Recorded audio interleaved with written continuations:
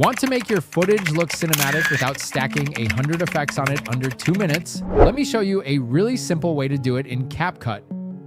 First, I'm going to take a small section from the beginning of my clip. For this part, I want an old film kind of look, so I'm going to make the footage black and white and apply an old style filter. Now for the main cinematic look, I'll select the trimmed section and start building the effect. First, I'm adding the midnight filter with the cute dog on its icon. Then I'm adding Flash CCD to give the footage a little more character and a stylized cinematic feel.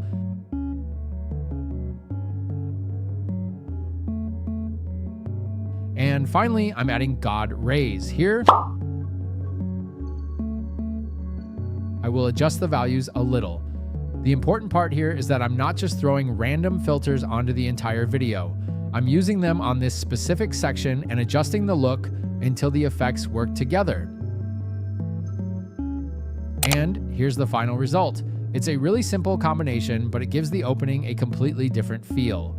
You can also experiment with the intensity of each filter depending on the footage you're using.